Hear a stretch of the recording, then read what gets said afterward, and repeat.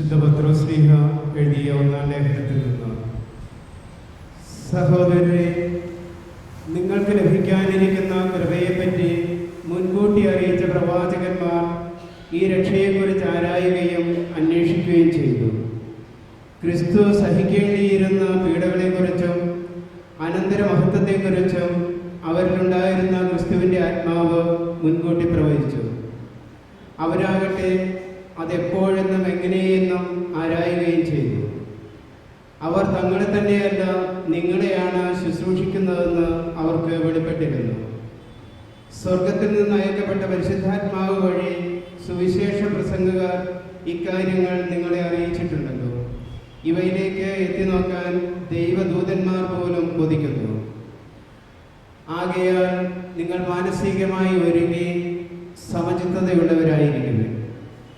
യേശുക്രിസ്തുവിൻ്റെ പ്രത്യാഗമനത്തിൽ നിങ്ങൾക്ക് ലഭിക്കാനിരിക്കുന്ന കൃപയിൽ പ്രത്യാശ അർപ്പിക്കുകയും ചെയ്യുന്നു. മുൻകാലത്ത് നിങ്ങൾക്കുണ്ടായിരുന്ന അജ്ഞതയുടെ വ്യാമോഹങ്ങൾക്ക് അനുസരണയുള്ള മക്കളെന്ന നിലയിൽ നിങ്ങൾ വിധേയരാകാതിരിക്കുവിൻ. മറിച്ച് നിങ്ങളെ വിളിച്ചവൻ പരിശുദ്ധനായിരിക്കുന്നത് പോലെ എല്ലാ പ്രവൃത്തികളിലും നിങ്ങളും പരിശുദ്ധരായിരിക്കുവിൻ.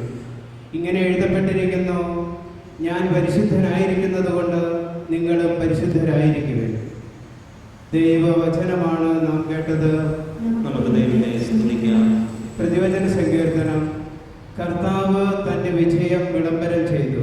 എല്ലാവരും: കർത്താവ് തൻ്റെ വിജയം വിളംബരം ചെയ്തു. കർത്താവിന് ഒരു പുതിയ കീർത്തനം ആലപിക്കുവിൻ. അവിടുന്ന് അത്ഭുത കൃത്യങ്ങൾ ചെയ്തിരിക്കുന്നു. അവിടുത്തെ കരവും വിശുദ്ധ ഭുജവും വിജയം നേടിയിരിക്കുന്നു. കർത്താവ് തൻ്റെ വിജയം വിളംബരം ചെയ്തു. കർത്താവ് തൻ്റെ വിജയം വിളംബരം ചെയ്തു. അവിടുന്ന് തൻ്റെ നീതി ജനതകളുടെ മുമ്പിൽ വെളിപ്പെടുത്തി. ഇസ്രായേൽ ഭവനത്തോടുള്ള തൻ്റെ കരുണയും വിശ്വസ്തതയും അവിടുന്ന് അനുസ്മരിച്ചു. കർത്താവ് തൻ്റെ വിജയം വിളംബരം ചെയ്തു. ഭൂമിയുടെ അതിർത്തികൾ നമ്മുടെ ദൈവത്തിൻ്റെ വിജയം ദർശിച്ചു. ഭൂമി മുഴുവൻ കർത്താവിന് ആനന്ദഗീതം ആലപിക്കട്ടെ. ആഹ്ലാദാരവത്തോടെ അവിടുത്തെ സ്തുതിക്കുവിൻ. കർത്താവ് തൻ്റെ വിജയം വിളംബരം ചെയ്തു. Hallelujah, hallelujah. ദൈവരാജ്യത്തിന്റെ രഹസ്യങ്ങൾ ശിശുക്കൾക്ക് വെളിപ്പെടുത്തിയ സ്വർഗത്തിന്റെയും ഭൂമിയുടെയും നാഥനായ പിതാവ് വാഴ്ത്തപ്പെട്ടവനാണ്.